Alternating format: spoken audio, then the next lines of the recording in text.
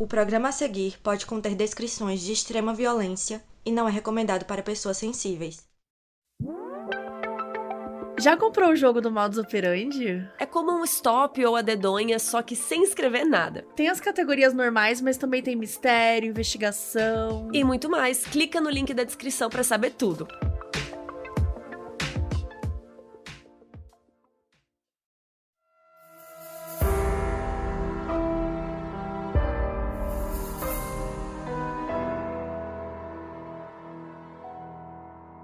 No início dos anos 20, Chicago era uma cidade efervescente, com glamour, exagero e crimes. Tantos crimes que uma mulher passava despercebida. Ela era imigrante, não falava inglês tão bem e era considerada feia por muitas pessoas. À primeira vista, uma figura inofensiva. Mas ninguém sabia que ela tinha encontrado seu próprio jeito de sobreviver naquela cidade. Eu sou a Carol Moreira. E eu sou a Mabê.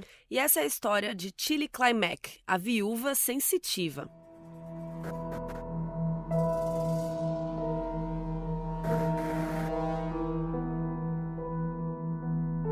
Otília Giburek nasceu em 1876, na Polônia, filha de Michalina e Michał Giburek. A família não tinha tantas condições financeiras, então quando ela ainda era bebezinha, os seus pais decidiram se mudar para os Estados Unidos, em busca de uma vida melhor. Na segunda metade do século XIX, aconteceu uma migração em massa de vários poloneses para os Estados Unidos. Isso foi por conta da dificuldade financeira que muitos estavam vivendo lá. E não tinha uma perspectiva de vida muito boa para as classes sociais mais desfavorecidas. Os pais da Otília se mudaram para os Estados Unidos em 1877. E tem um nome histórico para isso, que é a imigração za chlebem, que significa por pão, ou seja, se mudar para ter condições de conseguir pelo menos o alimento. Esse país foi a única pátria que a Otília conheceu, já que ela se mudou com 1 ano de idade e cresceu lá. A família se estabeleceu em Chicago, que é onde tinha uma das maiores comunidades de imigrantes poloneses. Mas não bastava se mudar para os Estados Unidos. Ainda tinha uma questão muito forte da xenofobia, que se até hoje existe, né, gente? Imagine naquela época. Aí os pais da Otília decidiram dar um nome mais americanizado para ela sofrer menos, então chamaram ela de Tilly, que funciona tipo um apelido, um diminutivo de Otília, né? Otília, Tilly. E aí o nome dela ficou Tilly Giburek. E mesmo morando nos Estados Unidos desde pequena, ela vivia numa comunidade de poloneses. Então a galera ali do convívio dela falava polonês. Por causa disso, ela nunca deixou de ter um sotaque muito forte. E mesmo sabendo inglês, ela cometia alguns erros gramaticais ali, um errinho na hora de falar, né? Normal. Só que isso fazia com que os americanos lá, os estadunidenses, olhassem para ela com desdém. Sem falar que muita gente achava ela e os pais dela com cara de pobres, seja lá o que for isso, né? Mas a galera lá achava que eles eram camponeses, que eles não tinham finura social. Então, assim, pensem em xenofobia e preconceito. E é muito difícil crescer num contexto assim. Desde jovem, a Tilly já teve que aprender a criar uma casca ali, né? E tinha uma certa revolta com o jeito que as coisas funcionavam ao seu redor. E como era comum para as mulheres da época, a Tilly se casou super jovem. Ela se casou com 19 anos. Isso foi em 1895. Outra coisa comum quando rola essas comunidades de imigrantes é você acabar se casando com uma pessoa da mesma origem que você. Até porque, como rolava, né, muita xenofobia, não tinha muito mais onde procurar parceiros. A Tilly se casou com um cara chamado Józef Mickiewicz, que também tinha ascendência polonesa. Em teoria, eles viviam uma vida tranquila. Eles ficaram juntos por quase 20 anos. Até que em 1914, quando a Tilly tinha mais ou menos uns 37 anos, o Joseph morreu misteriosamente. Ele ficou doente do nada e pouquíssimo tempo depois ele morreu. Foi tipo um problema assim no coração. E ela não ficou muito tempo de luto não, porque ela já emendou no próximo boy.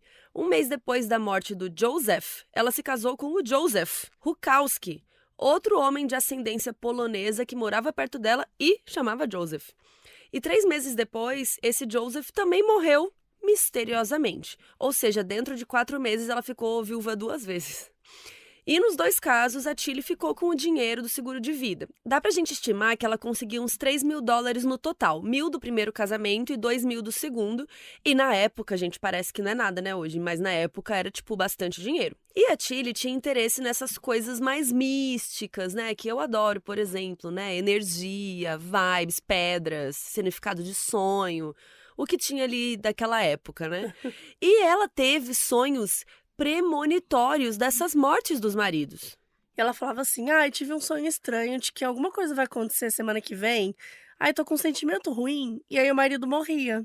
Isso fez as pessoas em volta dela terem uma certa curiosidade, né? Tipo assim, gente, acho que aquela mulher ali consegue prever mortes. Dava um certo ar de poder pra ela.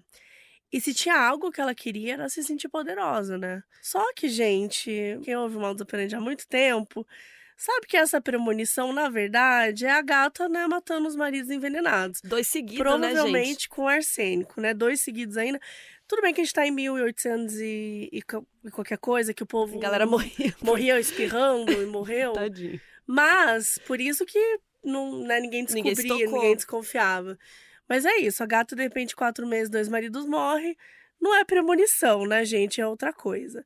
E aí, nesse aspecto, o caso dela lembra muito da Mary Ann Cotton, que também saía matando vários maridos com arsênico. E a gente já teve episódio sobre esse caso, que é o número 82. E, gente, a Belle Gunness também, né? A Belle Gunness, que é a carniceira, que também estava em Chicago nessa mesma época. Se pá, as duas se trombaram por aí no centro velho de Chicago.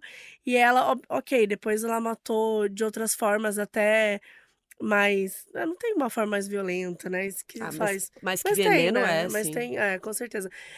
A Belle Gunness, ela teve mortes violentas, que ela, né, cortava o corpo das pessoas e tal, esquartejou e tudo mais. Mas no início da vida dela, ela matou bastante gente com veneno, né? Uhum. Então, o episódio da Belle Gunness é um episódio duplo, que é o 93 e o 94. Mas enfim, gente, o negócio é que, assim, provavelmente ela não era sensitiva, né? Ela previa as mortes porque ela mesma que ia matar. Então ela sabia quando que ela queria Quando ela cometer ia aquele matar. crime. Para tentar entender a história da Tilly, é importante a gente tentar entender também o contexto do fim dos anos 1910 e início dos anos 20. Então, Telecurso 2000 agora, para quem é da nossa época, eu assistia muito Telecurso antes de ir para a faculdade, porque era a hora que eu acordava. Enfim, Primeira Guerra Mundial, 1914 a 1918, mas os Estados Unidos só entraram na guerra em 17, faltando um pouquinho para acabar, e ainda ficou do lado vencedor, né? Então todo mundo saiu cansado e pobre da guerra, os Estados Unidos saíram de boa. E aí começaram os anos 20, que foi uma época de muita efervescência, muito dinheiro, muito luxo, bebidas, né? Aquela coisa. E aí o que acontece? Chicago sempre foi uma cidade muito intensa, né?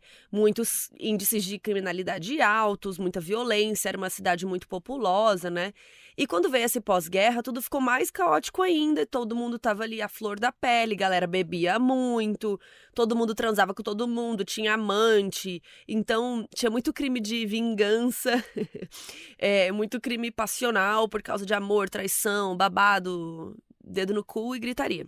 E tinham muitas mulheres glamurosas, as gatinhas, né, as bonitas, atraentes e tal. Só que esse contexto afetava a Tilly de 2 formas.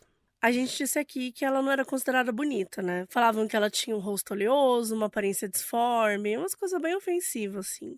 E teve um aumento muito grande de crimes cometidos por mulheres. E era sempre nesse âmbito de amantes, sabe? De coisas escandalosas que iam pra mídia. Inclusive, poucos anos depois da Tilly, teve 2 casos de criminosas, da Belva Gartner e da Bella Annan, que acabaram sendo inspiração para a criação do musical Chicago. Isso tudo é importante porque ajuda a entender como que a Tilly passava tão despercebida e ninguém achava estranho os maridos dela morrendo. Porque os casos que recebiam mais atenção eram esses espetaculosos, né, os sensacionalistas, e também porque tinha muita gente morrendo por conta dos excessos da época, de bebidas e outras coisas. E também algumas pessoas que estudam a história dela imaginam que talvez o fato da Tilly não ser considerada bonita, dela ser socialmente marginalizada, tal, que talvez isso tenha criado um sentimento de mágoa, de raiva nela, de inveja, sei lá, e que isso poderia ser um dos motivos que teria levado ela a cometer esses crimes. como se fosse uma coisa meio uma espécie de vingança coletiva. Enfim, isso tudo é especulação, né, de pessoas que estudavam o caso dela. Mas, seja vingança ou não, isso ia continuar, porque ela não ia parar nos primeiros maridos.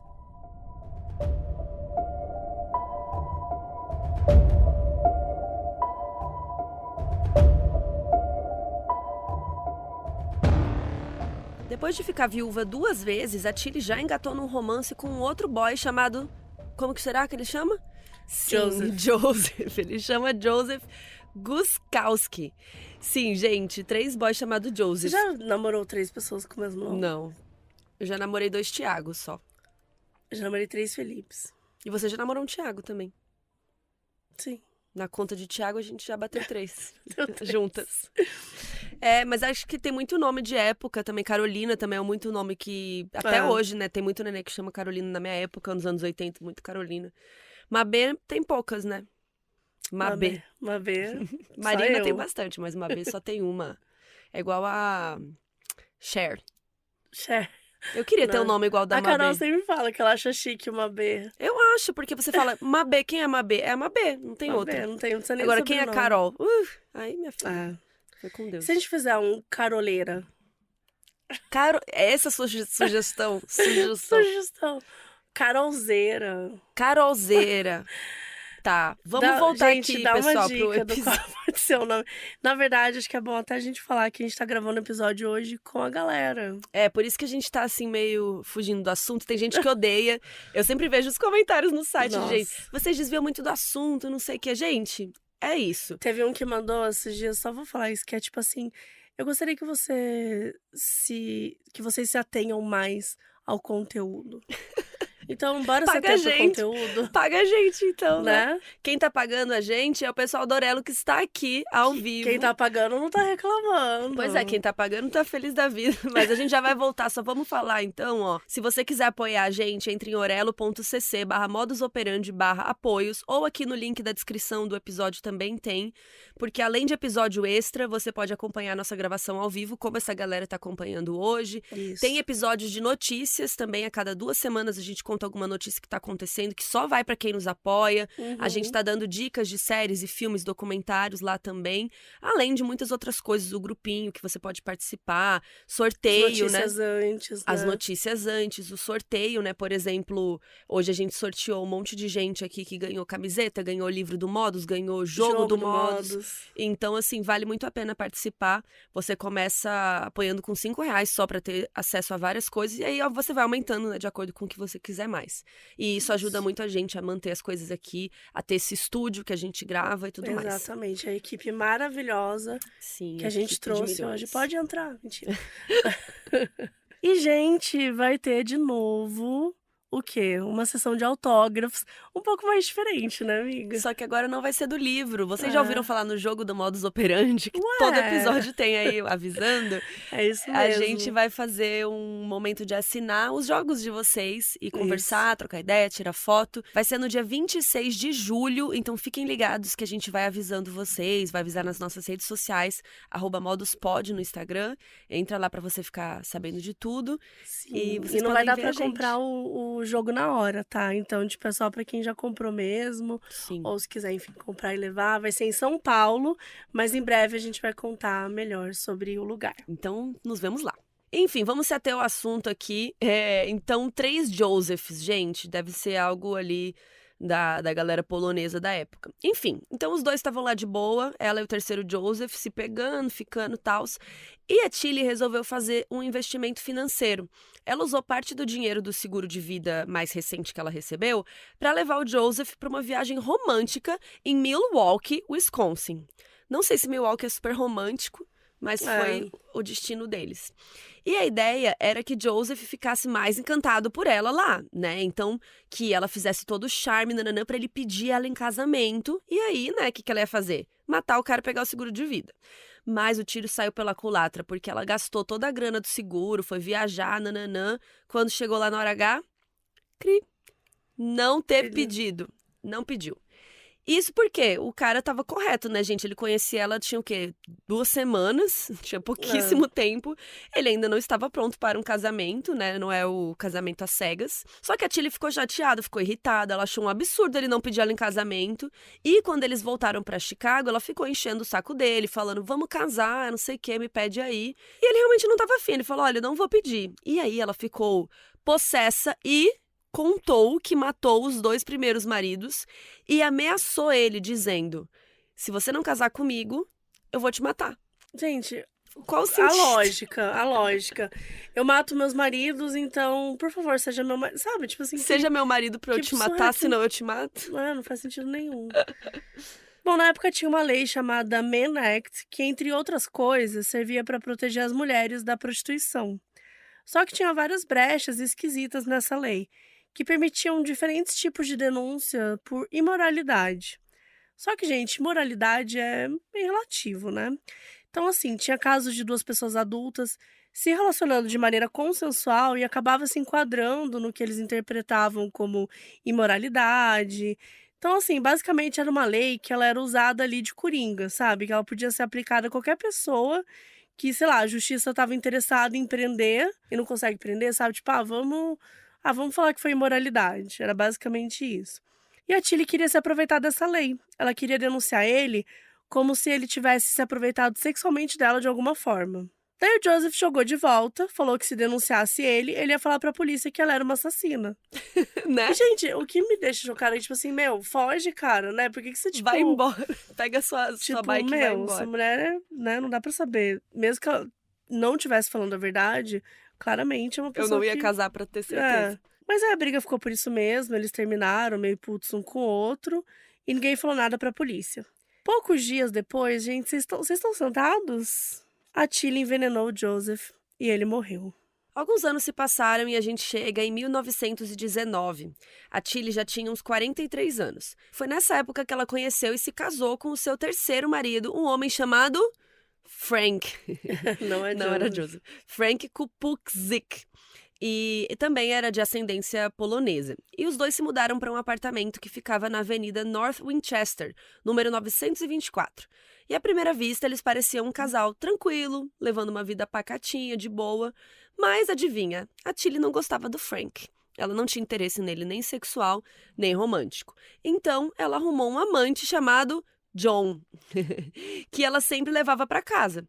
E vários dias o Frank saía para trabalhar e o John ficava esperando do lado de fora até da hora da Tilly chamar ele, vem para dentro. E aí ficou uma coisa tão escancarada que os próprios vizinhos começaram a reparar, né? Mas, né, ninguém se metia na vida de ninguém. Em 1921, depois de uns 2 anos de casados, a Tilly decidiu que era hora de se livrar do Frank. Ela começou a envenená-lo gradualmente e ele foi ficando cada vez mais doente, até chegar num ponto que ele precisou ficar acamado. E a Tilly foi mais cruel ainda com o Frank nos últimos dias de vida.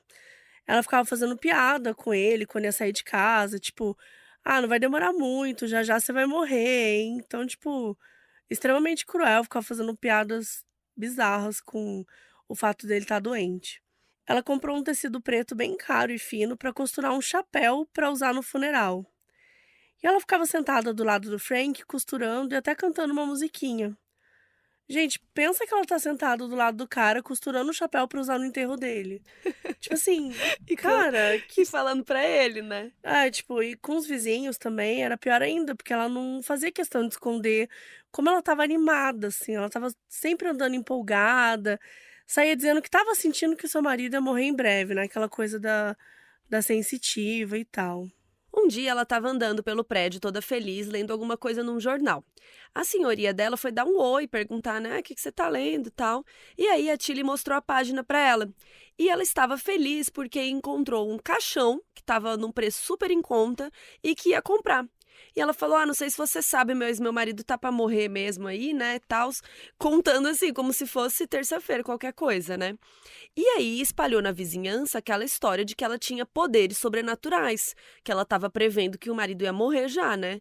E todo mundo ficava meio com medo dela, meio que tipo a bruxa do 71, sabe, eu acho que todo mundo ficava, né, meio com medo do que ela tá fazendo, o que ela prevê. E aí, no dia 25 de abril de 1921, o Frank faleceu. E logo depois que ele morreu, a Tilly botou a roupa preta pro funeral e já ficou se sentindo toda gata, garota. Já colocou uma música na vitrola, ficou dançando para comemorar. E naquele dia ela conseguiu $675 do seguro de vida. Lá no funeral, a Tilly fez o papel da viúva triste. E ela estava se divertindo muito interpretando isso. Quando ninguém estava olhando, ela sempre ia caçoar o corpo do Frank. Teve uma hora que ela andou até o caixão e falou no ouvido do cadáver que ele era um demônio e nunca mais ia voltar. Mas além de tudo, o funeral também acabou sendo um local de paquera para Tilly, porque lá ela encontrou um novo interesse amoroso. E apareceu um cara chamado Joseph. Joseph Klimek. Sim, é o quarto Joseph já? Já é o quarto. É o quarto.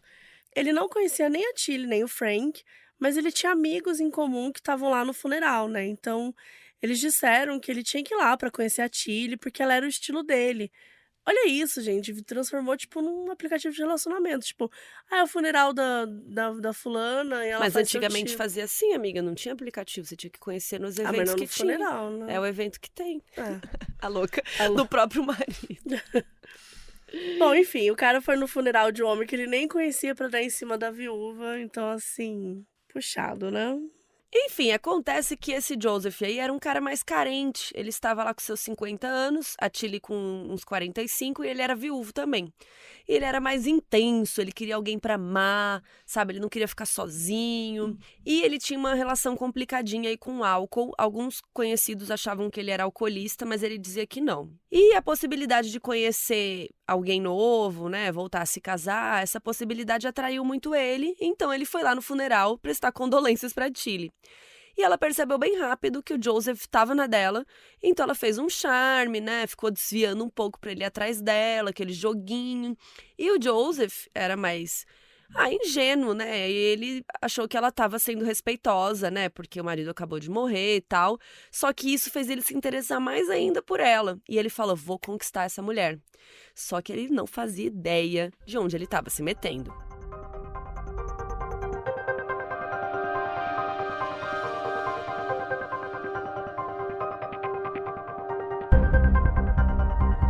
Nas semanas seguintes, o Joseph fez de tudo pra conquistar a Tilly. Levou pra encontro, pra datezinho, se declarou, tudo mesmo. E ela sempre mostrando essa falsa confusão, aquela coisa assim bem melodramática de filme, sabe? Tipo, ai, mas meu marido acabou de morrer, mas eu tô me apaixonando por você, ai, mas eu não posso, ai, mas eu quero. Mas enfim, depois de um tempo aí fazendo doce, ela finalmente aceitou se entregar ao Joseph e ele já chegou com um pedido de casamento na mesa, que a Tilly já aceitou. E foi assim que ela se tornou Tilly Klimek, que é o nome mais conhecido dela. Os próximos meses foram românticos e mágicos, pelo menos para o Joseph. Tudo que ela fazia, ele amava. Elogiava tudo que a Tilly costurava, tudo que ela cozinhava, ele comia com gosto. Ele tava assim, chones. E ele achava que ela também tava. E ela fez toda a encenação, né, gente? Inclusive, logo depois que eles se casaram, ela se livrou de todas as recordações que ela tinha guardado dos ex-maridos. Que a gente pode considerar também troféus nesse caso, né? Porque ela estava matando eles, no caso. Ela queimou as fotos, rasgou as cartas, ela queria provar que o Joseph era o the one, né, o grande amor da vida dela. E ele ficou super comovido, falou, nossa, isso mostra, né, o seu amor por mim, nananã. Enquanto isso, a Tilly já estava planejando como matá-lo. Mas antes, a gente vai falar de um outro personagem importante para a história. A Tilly tinha uma prima chamada Nellie Cowlick, e as duas eram muito parecidas. Elas gostavam das coisas do jeito delas, eram viúvas. E sim, não tinham problemas em matar pessoas que entrassem nos seus caminhos. E não tem tantas, assim, informações biográficas da Nellie quanto a gente tem da Tilly. O que a gente sabe é que ela teve um primeiro marido, chamado Wojciech Strummer, que eles tiveram alguns filhos de, enfim, idades bem variadas. Em determinado momento, a Nellie começou a ter um caso com um homem chamado Albert Cowlick.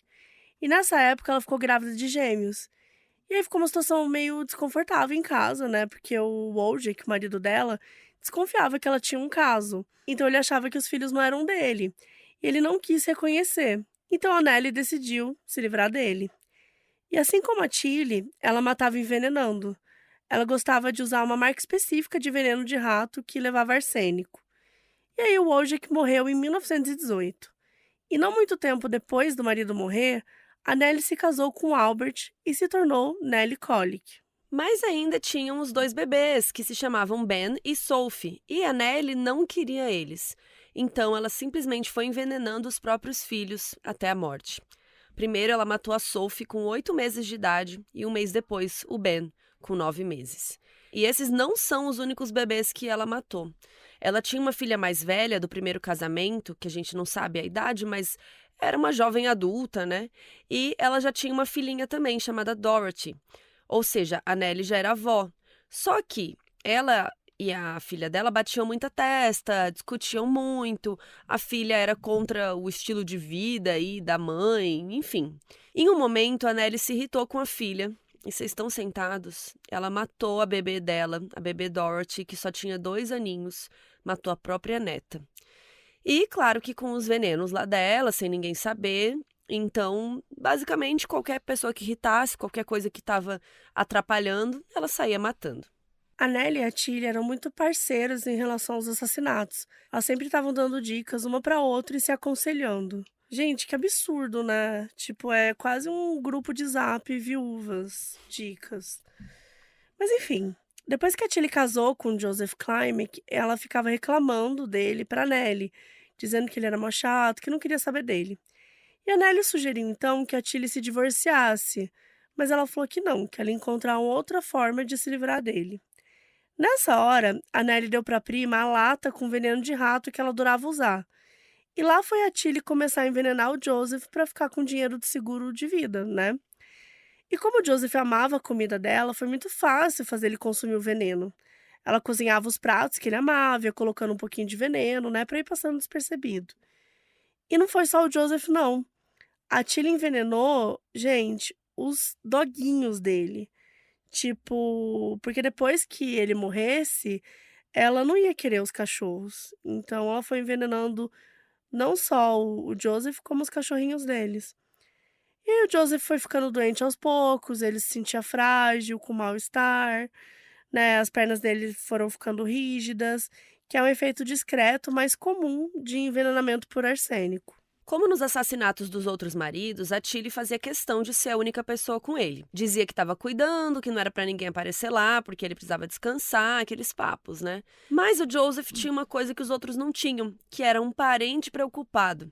Ele tinha um irmão chamado John, que queria levar o Joseph pro hospital para ver o que ele tinha. Mas a Tilly não queria deixar, dizia que era melhor deixar ele repousando em casa, para não passar estresse, né, de ir pro hospital. Só que o John bateu o pé e falou, vou levar ele sim. E ela não teve outra opção, né, teve que deixar levar.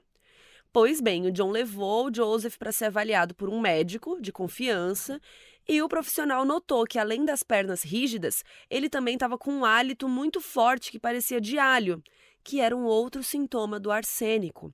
E aí, preocupado, ele mandou o Joseph para fazer um exame mais aprofundado e que confirmou, gente, que ele estava sendo regularmente envenenado. O John, o irmão, ficou horrorizado e entrou em contato com a polícia imediatamente e tudo foi descoberto que a Tilly estava envenenando o Joseph.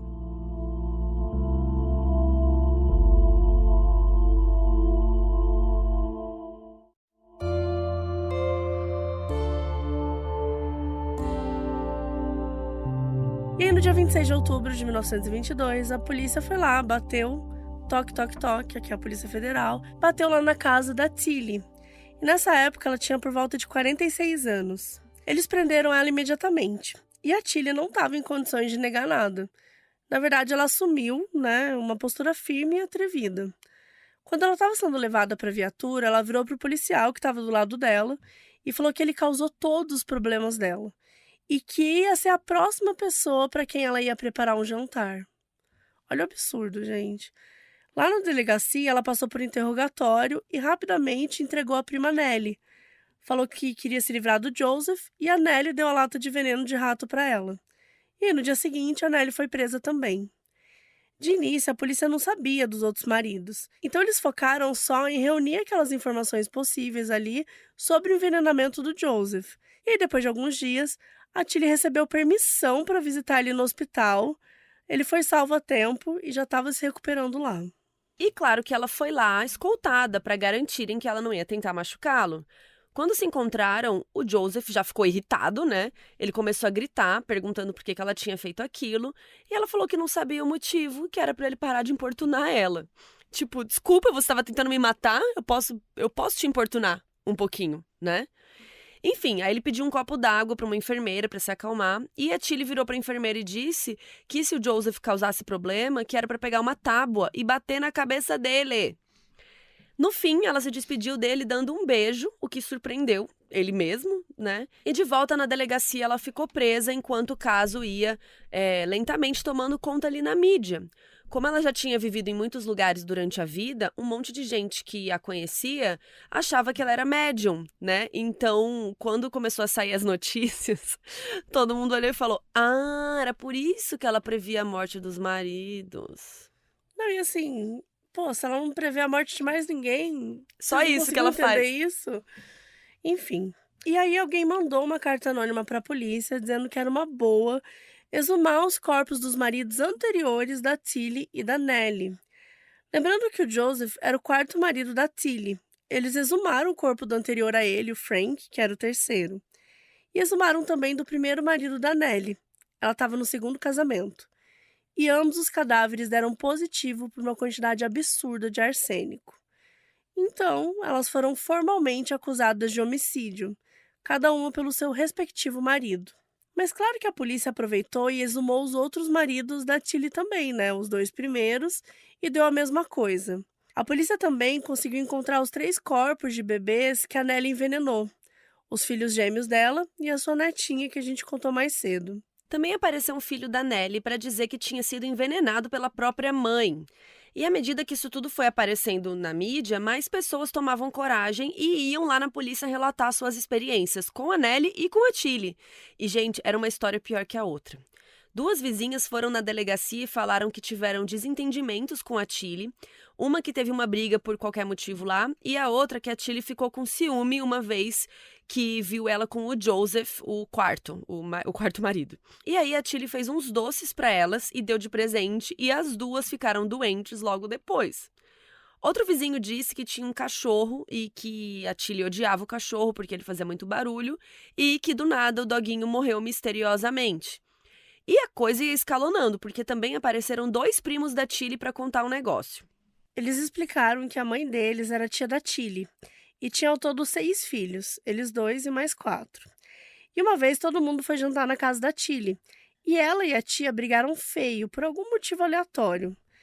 E logo depois a Tilly serviu o jantar normalmente e um tempo depois os 4 irmãos deles morreram.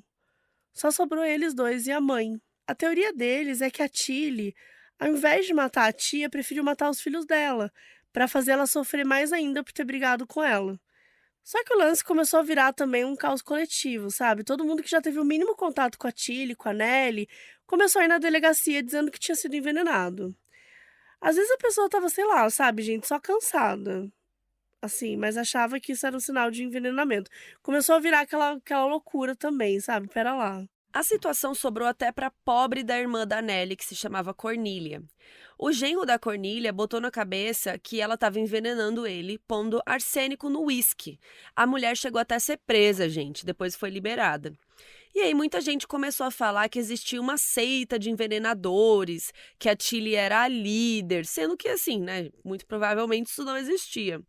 A mídia chamou de a seita das barbas azuis e a Tilly seria a sacerdotisa. E a polícia foi separando cada caso e percebendo o que era realmente envenenamento, o que era uma paranoia da pessoa e tal. E no fim chegaram numa lista de 12 vítimas mortas e 7 vivas com problemas de saúde. E tinha também uma suspeita de uma 20ª vítima, um homem com o qual a Tilly tinha tido um caso aí anos antes e que estava desaparecido desde então. O nome dele só estava como Meyers. E agora a gente vai listar todas as vítimas, porque infelizmente foi muita gente. Então, assim, 12 vítimas mortas e mais um presumidamente morto. Então seriam 13. 3 maridos da Tilly, o Joseph e o Frank. O peguete dela, que também se chamava Joseph, que ela matou, né, quando não quis casar com ela. 4 primos que ela envenenou quando se desentendeu com a mãe deles. E tinha esse tal de Meyers, que ele era meio que outro affair, assim, que a Tilly teve e que foi dado como desaparecido e provavelmente morto. Esses 9 eram os da Tilly, e aí tem mais 4 mortos da Nellie. O primeiro marido dela, o Wojciech, a netinha dela, que se chamava Dorothy, e os bebês gêmeos que ela teve, Ben e Sophie. Então, ao todo, 13 mortes. E tem mais 7 vítimas que foram envenenadas, mas sobreviveram. O Joseph Klimek, o quarto marido da Tilly, que foi resgatado a tempo pelo irmão, ainda bem. Um primo da Tilly, 2 vizinhas e a cunhada de um dos maridos dela, e um filho e uma filha da Nellie. Assim, gente, 20. 13 mortos, um deles sendo desaparecido, presumido morto, e 7 sobreviventes. Com os crimes e a lista de vítimas definidas, agora o que restava era aguardar o julgamento. Enquanto isso, a Tilly e a Nellie ficaram presas, e assim as suas imagens sendo constantemente exploradas na mídia. Uma curiosidade aqui acadêmica para vocês. Nessas primeiras décadas do século XX, a mídia estava passando por uma remodelação, que foi chamada de terceira fase do jornalismo. Era uma época que as grandes corporações começaram a se interessar pelo conceito da mídia, se estabeleceram como grandes empresas e o jornalismo foi anexado ao capitalismo. E como tinha muito investimento financeiro, eles esperavam um retorno também. E aí, por isso que a gente tem o sensacionalismo como um grande elemento cada vez mais presente. E foi nessa época que a gente teve a criação das editorias. Então teve de esporte, cultura, crimes. E a editoria de crimes era um prato cheio para as histórias escandalosas, principalmente numa cidade como Chicago, que tinha tantos crimes passionais. No próprio filme Chicago, lá no musical, que a gente já mencionou, vocês conseguem ver como era essa questão da mídia com os criminosos da época, né? As mulheres, principalmente, eram vistas como celebridades, assim. E a Tilly e a Nellie não conseguiram fugir disso. Só que elas não eram figuras glamurosas. Então, a mídia explorou a imagem delas de uma maneira bem pejorativa mesmo. Muito se falou da aparência delas, de como elas eram feias, como elas não tinham educação porque não sabiam falar inglês direito.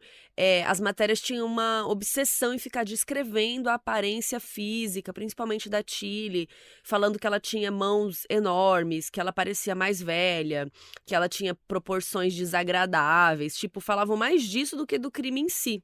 O que assim, né, gente, a gente tá falando aqui, né, porque não é pra passar pano, né, porque às vezes a gente fala umas coisas e as galera acusam a gente de passar pano, meu Deus. Mas é só pra vocês verem como era a situação, né? Então, isso não tira os crimes horríveis que elas cometeram, matar os maridos, crianças, né, enfim. Mas a gente tá falando de como a mídia trata essa situação, né, de uma maneira super leviana, né, é mais pra contar isso. E a Nellie até tentou entrar um pouco nesse jogo aí, como outras criminosas da época fizeram. Então ela deixou entrevistarem ela se arrumava para tirar foto, ela sorria e parecia que ela estava levando as coisas meio na brincadeira. Uma vez perguntaram para ela sobre o seu filho, que disse ter sido envenenado por ela, e a Nellie ficou rindo, disse que era uma brincadeira dele, que estava todo mundo levando muito a sério. Ela tentava ser carismática nas entrevistas, mas não funcionava muito, porque ela era uma pessoa muito inconstante emocionalmente, e do nada ela ficava muito irritada e começava a gritar. E já a Tilly, em momento algum, quis entrar nesse jogo. Quando os repórteres entrevistaram ela ficava caladona, com aparência firme, sem, puxar muita conversa.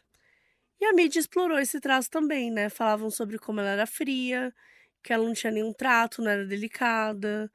Teve uma vez só que ela não aguentou a situação e começou a gritar que não fez nada daquilo, que não matou, que não envenenou ninguém e que não aguentava mais todo mundo olhando para ela como se fossem devorá-la.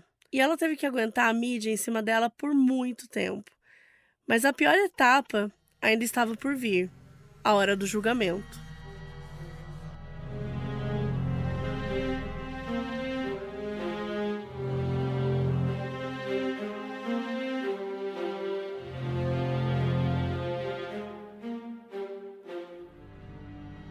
Chegou a hora do julgamento da Tilly e o da Nellie ia ser depois. Outra coisa importante de lembrar é que a Tilly foi formalmente acusada pela morte do terceiro marido, o Frank Kupczyk. Ela era suspeita dos outros, mas esse julgamento foi sobre isso. O promotor responsável pela acusação se chamava William McLaughlin. E ele era considerado um cara bem exagerado, gesticulava muito, falava alto. Aquele showzinho, né, que eu já contei pra vocês que acontece bastante. E o William entrou completamente nesse circo da mídia, fazia várias declarações o tempo todo para deixar a história mais interessante. E ele falava que era o caso mais assombroso de envenenamento em massa da história, que era um dos grandes momentos da história criminal. Tudo para dar aquela sensação da grandiosidade, de exagero. E claro, né, ele queria ser o grande protagonista dessa história. Tanto que ele até começou a inventar umas mentiras. Ele falou que a Tilly e a Nellie faziam festas com as suas outras amigas envenenadoras, que era toda uma rede com várias mulheres. Aquela coisa, né? Provas pra quê? Só que como o julgamento não era da Nellie, claro que o William, né, focou essas mentiras principalmente na Tilly, porque a missão dele era fazer ela receber pena de morte a qualquer custo.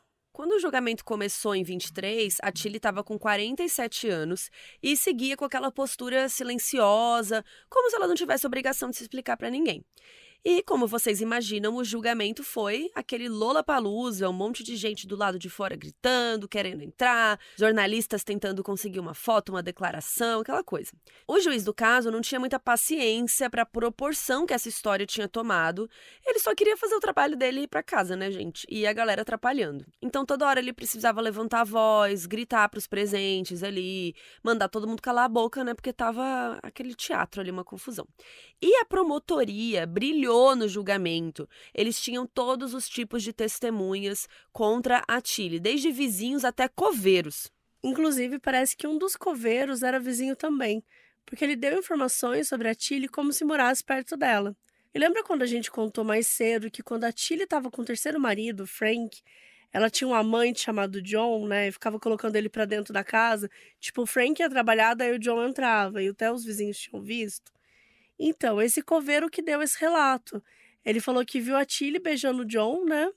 E colocando ele pra dentro da casa, né? Confirmando que realmente ela era infiel. Outros vizinhos falaram da questão dela com sonhos e previsões, que ela conseguia dizer quando os maridos iam morrer. Mas a testemunha mais importante de acusação foi um químico do necrotério, que levou um laudo confirmando que foram encontrados sinais de arsênico em todos os 3 maridos falecidos da Tilly. A essa altura já era inegável que a Tilly tinha cometido os crimes, mas ainda tinha uma questão importante. Qual era a responsabilidade dela neles? O juiz pediu que tanto ela quanto a Nellie passassem por testes para definir se elas estavam conscientes das suas ações ou se podiam ser consideradas legalmente insanas. Esses testes foram feitos com médicos especializados e o laudo apontou que ambas tinham intelectos inferiores à de uma criança de 11 anos e que eram portadoras de demência precoce, que é o termo que eles usavam para o que hoje a gente entende como esquizofrenia. E assim, é importante ressaltar que a gente não sabe que métodos foram utilizados nesses testes, sequer se esses testes são confiáveis. Até porque nem a Tilly nem a Nellie falavam e liam bem inglês. E isso pode ter prejudicado o entendimento delas quando elas estavam realizando os testes. Só que ao invés de classificar a Tilly como inimputável ou levar as questões mentais em consideração, o juiz parece que ficou bravo, sabe, de ter descoberto isso. E o que aconteceu? Um dos filhos da Nellie já tinha algum transtorno mental desde novinho. E o juiz começou a falar absurdos, que aquela família toda tinha problemas psicológicos e que por isso estavam fadados a cometer crimes. Disse que era para a polícia ter ficado atenta e vigilante com todos os familiares, que poderiam ter evitado esse perigo. Enfim, né, puro preconceito. Quando chegou a vez de testemunhar, a Tilly manteve a história de que não era culpada de nada. Falou que o terceiro marido, Frank, morreu por causa do álcool e que os outros 2 morreram de causas naturais. Ela disse que amou os 3 e que eles a amavam também e que não era culpa dela se eles quiseram morrer. Enquanto testemunha, ela estava usando aquele chapéu preto elegante lá, gente, que ela fez no leito de morte do Frank. Quando chegou a hora das considerações finais, o promotor implorou para o júri que não só condenasse ela, mas que também desse a pena de morte, porque nenhuma mulher tinha sido sentenciada à prisão perpétua em Chicago e que já estava na hora. E falou que o aumento de mulheres matando seus maridos tinham chegado num número assustador em Chicago e que todas elas conseguiam se livrar, que a Tilly não devia se livrar também. Nessa época já tinha rolado a Bel Gunness aí, eles deviam estar super enviesados com isso também. Diz que estava exausto de ver mulheres saindo impunes pelo que estavam fazendo com os homens. Bom, bem-vindo ao nosso mundo, né? E o júri foi deliberar, e depois de um tempo voltaram com o veredito.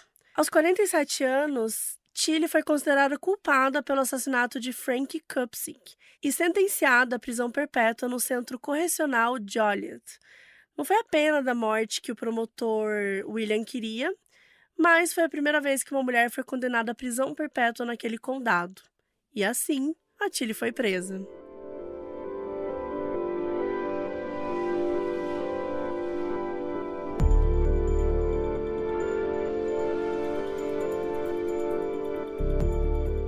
Depois do julgamento da Tilly ser resolvido, chegou a vez do Danelli.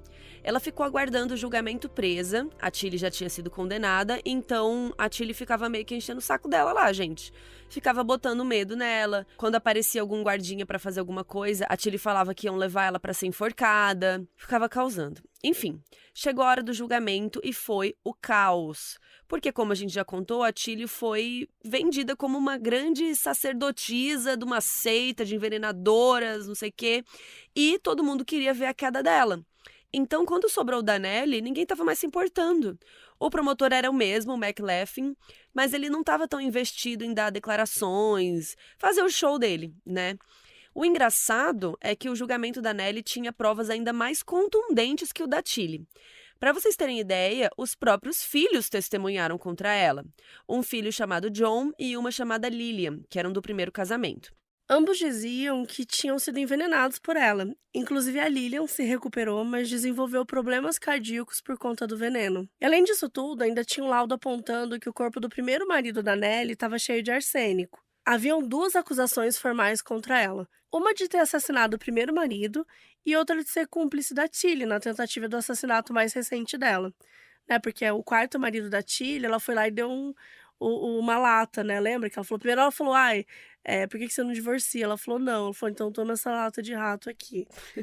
Toma essa lata de veneno. Foi isso que a Nelly fez, ser indiciada como cúmplice.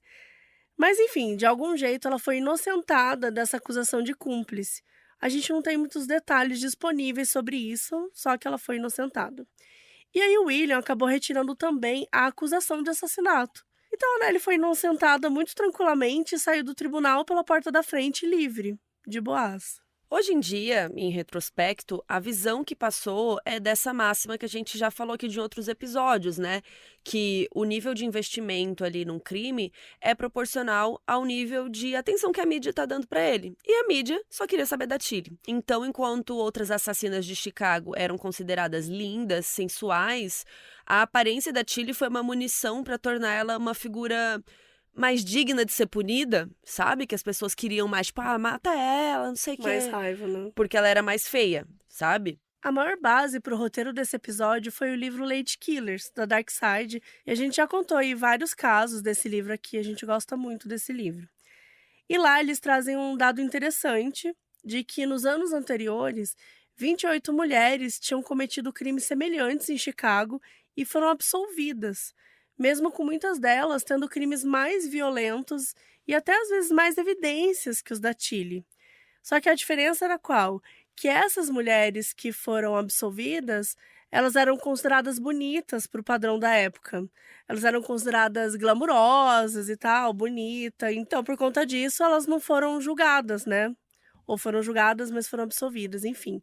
Enquanto a Tilly não. Isso a gente está trazendo aqui, gente, só para falar como, né, a questão estética faz diferença, a gente fala muito sobre isso até hoje, questão racial, questão social, né, financeira, várias coisas atuam muitas vezes na hora de uma pessoa ser criminalizada ou não. E isso é algo que vem de sempre, né? É um preconceito que já existe há muito tempo. O próprio caso da Suzane ganhou uma grande repercussão, porque muita gente considera ela bonita. Rica. E aí fica aquela coisa, vamos fazer um fã-clube da Suzane. Gente, é uma pessoa que foi capaz de cometer o crime que cometeu, de forma alguma deveria receber esse tratamento, sabe?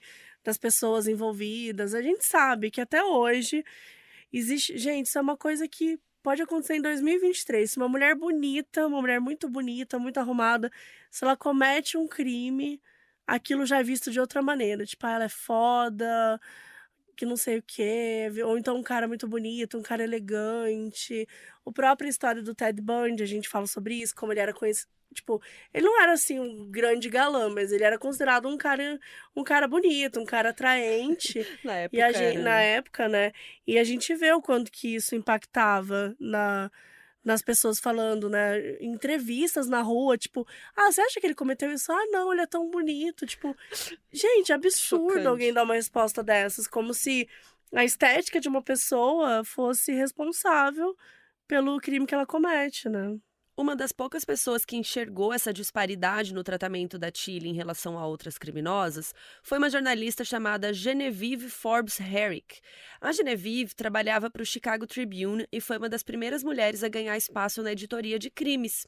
Ela era mandada para vários casos importantes. Por exemplo, nos anos 30, ela chegou a entrevistar o Al Capone. E ela foi uma das pessoas que cobriu o caso da Tilly, só que ela cobriu com um olhar mais sensível, né? Levantando essas questões dos motivos dela, o que mudava do caso dela em relação aos outros, e discutiu já naquela época essa questão da aparência dela, das pessoas ficarem falando e tal. E ela tem uma frase bem impactante que ela fala: Tilly Klimek só acabou na penitenciária porque nunca foi ao salão de beleza. Mas assim, né, Genevieve?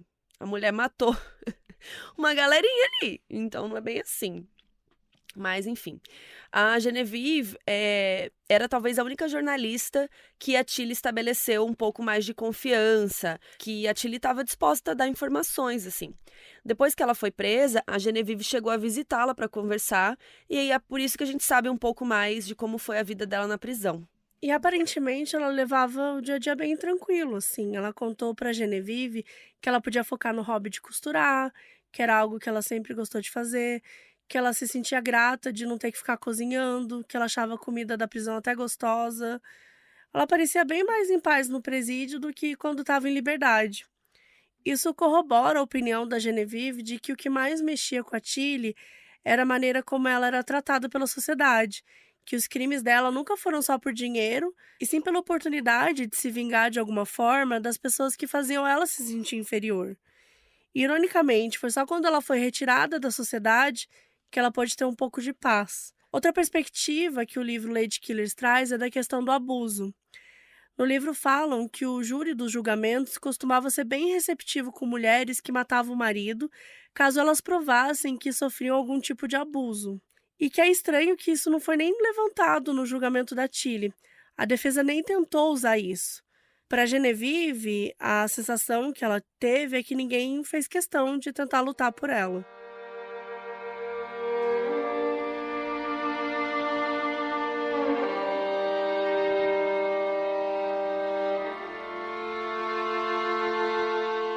Tilly Klimek passou ao todo 13 anos presa, até falecer em 20 de novembro de 36, aos 60 anos de idade. O fato é que muitos segredos morreram com ela. O paradeiro daquele amante, o Meyers, que nunca foi encontrado, nem mesmo o corpo, e o Joseph Klimek, o único marido que ela não conseguiu matar, foi liberado do hospital e viveu uma vida tranquila, até morrer anos depois de amidalite. Quando ele morreu, fizeram uma autópsia e lá estava uma grande quantidade de arsênico daquele período que a Tilly tinha envenenado ele. A Tilly queria vingança, queria conseguir se sentir no controle frente a várias coisas que a incomodaram a vida inteira. No caminho, ela acabou destruindo várias outras vidas e continuando um ciclo de violência.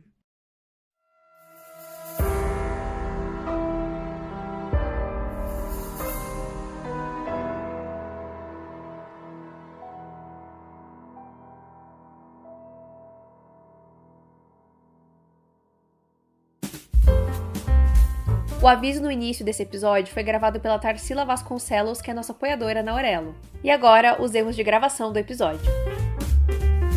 Tá me chutando aqui porque tá me passando um recado? Desculpa, não foi sem querer. Chutando. Tá me chutando aqui por quê? O promotor implorou pro júri. E outra de ser cúmplice da Tilly. Da Tilly? Tilly? Ah, Tilly. Tilly? Tilly? Bugou? Buguei. Mas desenvolveu problemas cardíacos por conta do veneno.